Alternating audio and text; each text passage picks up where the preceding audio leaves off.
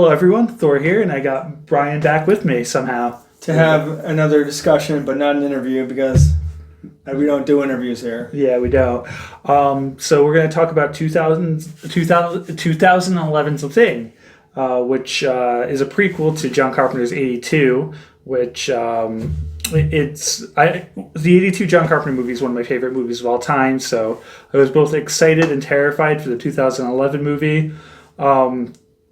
I think it's a good sci-fi horror movie, but not a good Thing movie.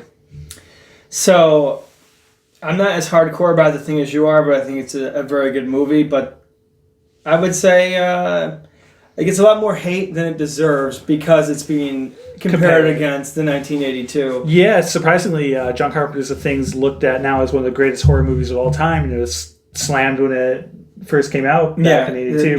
There's so many levels to it. I think 82's The Thing came out the same day as I think Blade Runner and a week after E.T. And same year as The Wrath of Khan and Return of the Jedi. It was a crazy competition. Crazy 6 months. But I think the big issue with how you have to define 2011, which is where I'm going to leave it open to you right now to go at it, is that is it a movie that stands on its own, or is it a movie that's just there to explain everything you see in the 1982 version? You can tell it's made by a team of people that enjoyed John Carpenter's The Thing but didn't fully get it. They definitely follow a lot of the same... they follow a lot of the same stuff. They try to redo it, but they don't do it as well or correctly, and they definitely get some of the lore wrong, and the way the Thing acts is I just don't think it fits as well. Great alien movie, not a great Thing movie. So you can see that the biggest action set pieces were always set up to be the explanations of what you saw in the Thing, like when in the 1982 Thing, when they go and see that the ice has been melted or something came out of the ice. They set up the big explosive scene in the 2011. You see the axe in the wall, and they do explanations for that, like these characters that were there and what they were trying to do. Like, once again, they kind of tried to follow the Thing, and they tried to do like a blood test, and someone ruined that.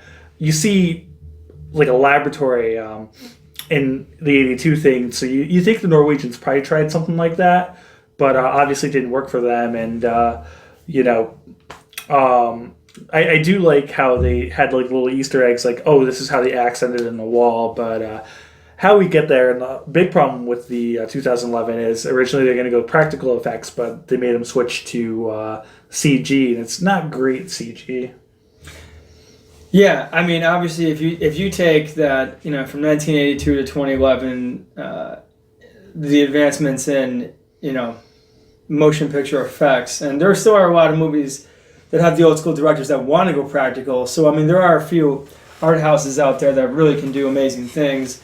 Maybe they dropped the ball. I guess we never saw it. You can go online on YouTube and you can see some of the, behind the scenes practical effects, not full scenes where they're, have the finish. It's just like a lot of the horror movies from the 80s got cut down by the MPAA, and you can still see those scenes. They're not completed, but you kind of get an idea of what they're going for. And, maybe it would have made it better, but I just don't think the Thing... They don't get the atmosphere right. John Carpenter is great at making atmospheric horror. I love atmospheric horrors, like Dead Space. Yeah, it is very modern.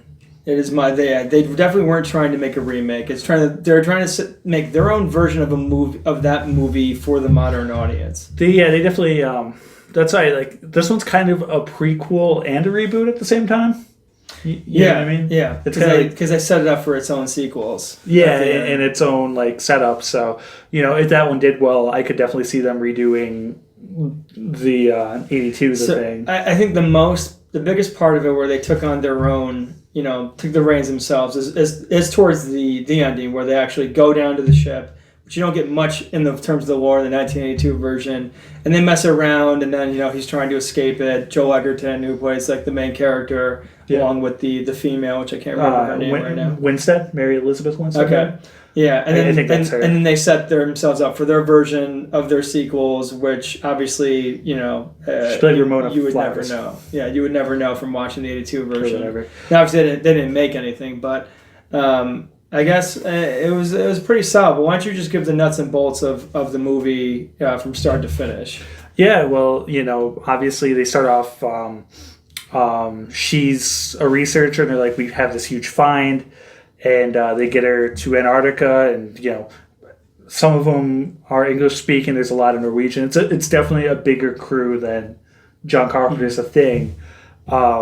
They found a spaceship, and then they transport the ice to this room, and then one of the crew members see it burst out, and then they chase it, and it kind of feels more like a sci-fi, like Alien. They're hunting it. They don't know what it is. It's like hiding under it. It kills one of the people, and like it takes them, and then later soon after that, she discovers like a mess in the bathroom. Like she finds like fillings from someone's teeth and just blood, and then she talks to a few of them, and they're starting to get like paranoid, and then the one girl takes her into another room and just attacks her out of the blue. Like I feel like it reveals itself way too easily in the sequel.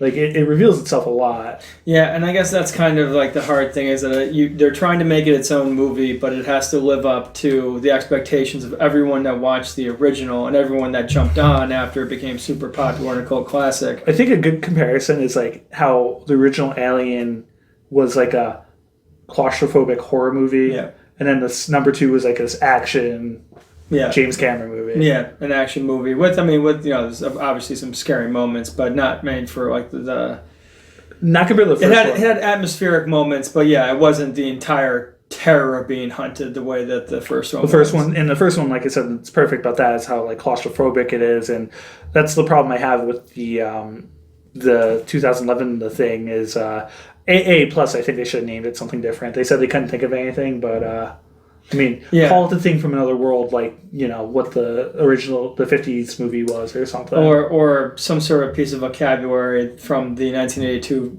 film that they said in passing. But it's not calling it The Thing when the movie The Thing is so iconic, and it is of itself is kind of confusing. It is confusing, and I hate how a lot of movies do that now because they want to cash in on the name, and I guess a lot of people they think sequels don't do as well usually, so they try to make it sound like the first one. And but then to boil it down, so and the movie progresses, a horror movie ensues, people die, people get caught by they kind of like they don't trust each other, but then they figure out the filling thing, and then some of the people that they figure out that if they have fillings, the creature can't mimic metal or anything. It's not organic. Anything organic, yeah. So they figure that out, and they check each other's teeth, and most people have fillings. Well, there's a couple characters that have perfect teeth, so they're like not sure about them.